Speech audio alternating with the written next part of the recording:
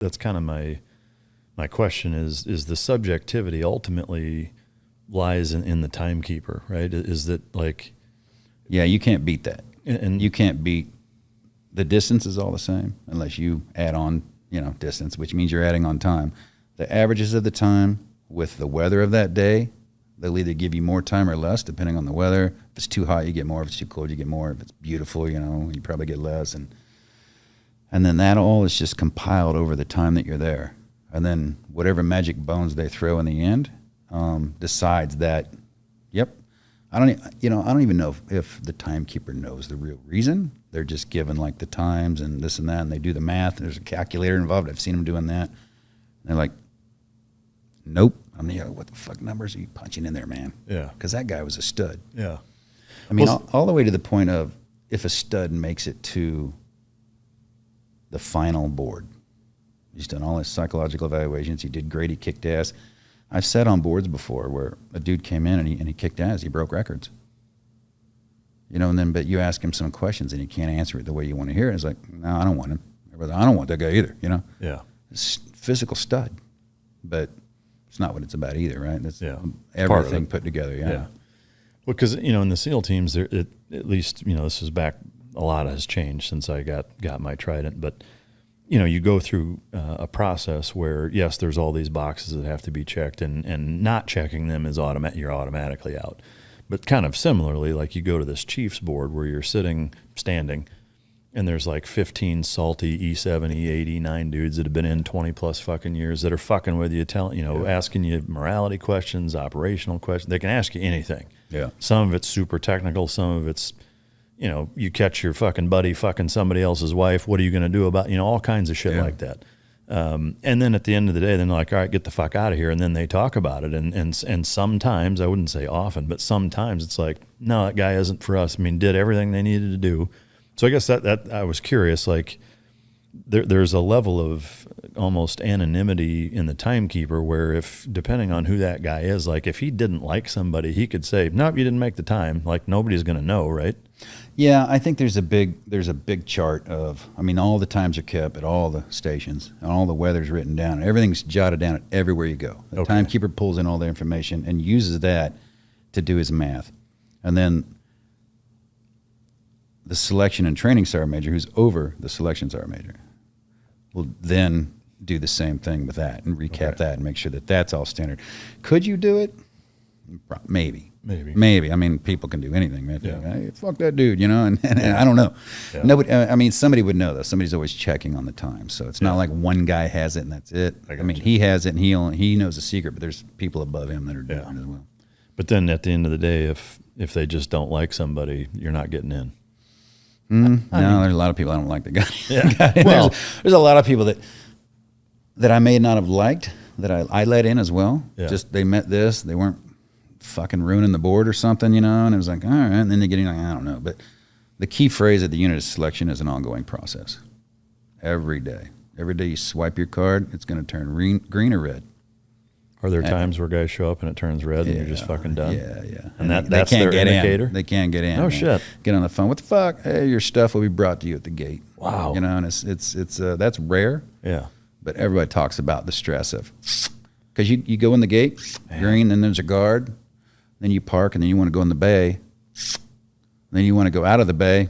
You want to go to chow. You want to get out of chow. You keep swiping that fucking card. Dude, that's fucking and if it turns red, you're like, what the fuck? Yeah. And it's turned red before. Like your card, you didn't swipe it right, or something's off with your card. And you're like, swipe it. It goes red. And you're like, all right, I guess I'm done. Swipe it again. You're like, all right. And you start looking at the cameras in the hallway. You're like, oh, what the fuck? And somebody comes, swipes it, and they're like, hey, man, what's up? And you go in the bay, and you're like, hey, my fucking card's fucked up. What's up? And like, oh, yeah, you better go get it checked out. I'm not fired, right? And like, no, go get your card checked out. I'm like, all right, Holy man. Shit. Just checking. Dude, it's a stressful situation, man. That is fucking wild. Yeah, I would say that I can't think of a better tactic to keep people fucking on their toes, though.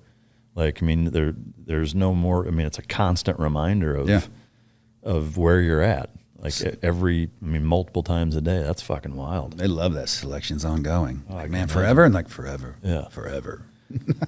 So having been through that selection and then again running it, do you feel, kind of looking back now, decades later, that selection is what it should be and is super accurate to find the right guys for that job? Yeah, I think it is. Yeah. That's over the years, the 20 years that I was there, the right guys kept getting in. Yeah.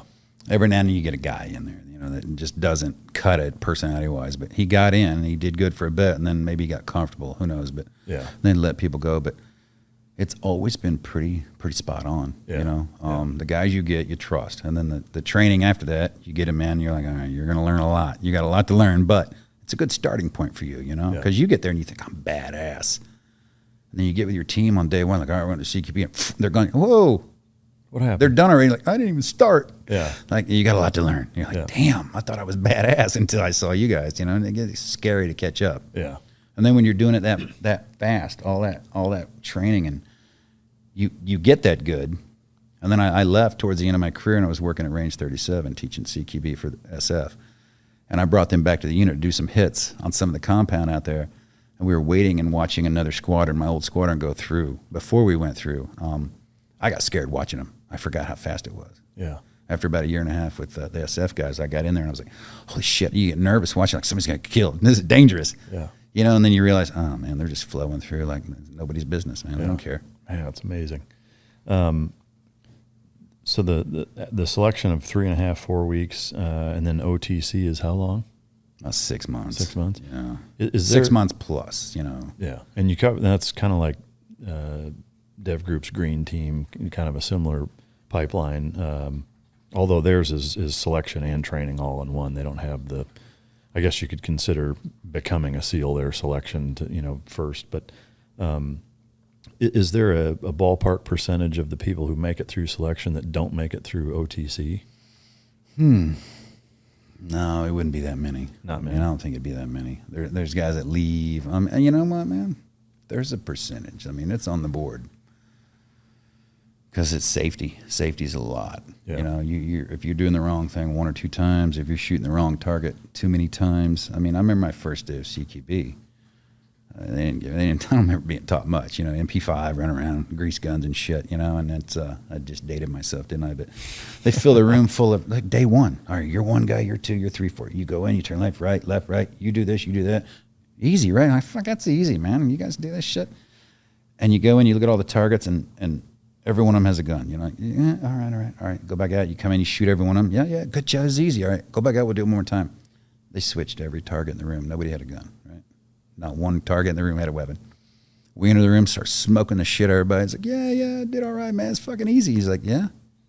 One more time and you're fucking out of here. And you're like, what? And you look and not one person had a gun. They all got 2 holes inside their head and shit. And you're like, yeah. So you don't fucking ever shoot an unarmed target. Ever.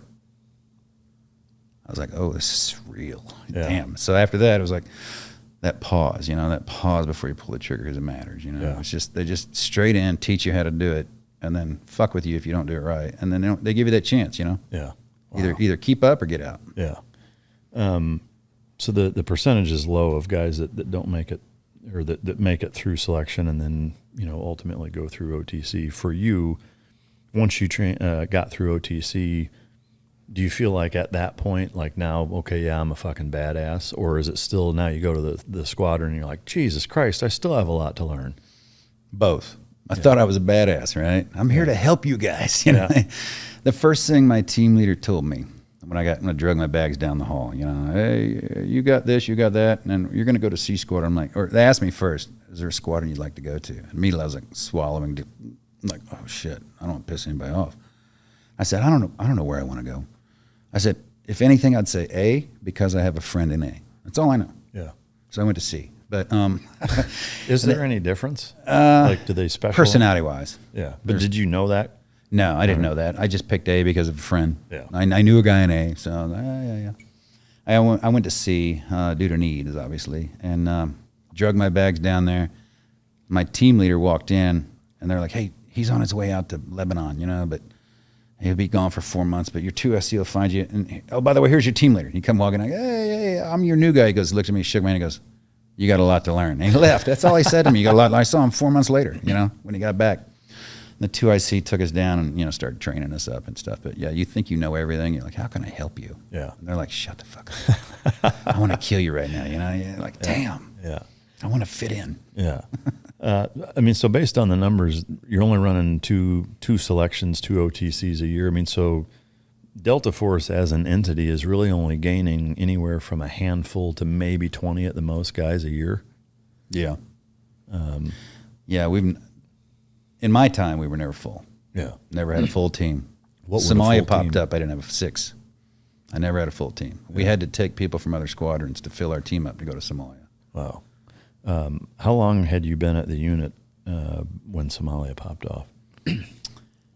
2 years, but so I went in 91. So I went to selection in 91. So 92, so about a year. Yeah. End of 91, I was in a squadron, and we went to winter training in Jackson Hole. And I thought, oh, this is fucking amazing. Yeah. Going skiing as part of Army training, and then some of the guys were waiting around. We're going to go out into the field for like 4 days, and some older guys were like, hey, man, the Super Bowl's coming up, but we're going to miss that shit. Like, oh, never mind, we'll cancel this. And I'm like, what the fuck's going on here, man? Pizza party at the hotel for the Super Bowl? I like this shit, And then we went out and did all that crazy, horrible shit. But that was my first trip, but it was about a year, and then we started prepping for Somalia, and then I did some other stuff down south before that. In that year, 93, but then boom, it all kicked off. So probably a year in a squadron when. Yeah. In that year, finish OTC, spend a year training. Were you stateside that entire time? Just no, training? I went down south for a little bit on a small mission, right? Can you talk about that at all? No, I don't. It was just a small, me and probably 5 of us total, going down there doing like RSTs, regional surveillance, teams and stuff, and hotel stuff. But the reasons, I can't talk about. Yeah. Just. Yeah. But that was my first like international trip with people, and it was like just us, just Yeah. 4 people. I'm like, who's in charge? Oh, you are. You're on the same team I'm on, man. Shit, who's the real guy in charge? Where's mom and dad? Yeah. And that's kind of when I realized, wow, there's some things that happened down there that terrified me, that made me wake up like I'm in the real world. Yeah. Like I'm in the real world now. This isn't Grand Theft Auto or fucking some video game. This is no shit, to where I've had a G3 gun barrel stuck in my mouth. I'm like, down there, and I'm like, like yelling at the driver, like, calm down, man. Just this roadblock ain't going well, and he's trying to get his get out of jail free card, and I'm like, oh, this dude's got his gun barrel in my mouth, man. I'm not cool. Yeah. To where I realized, the shit we're doing is not fun sometimes.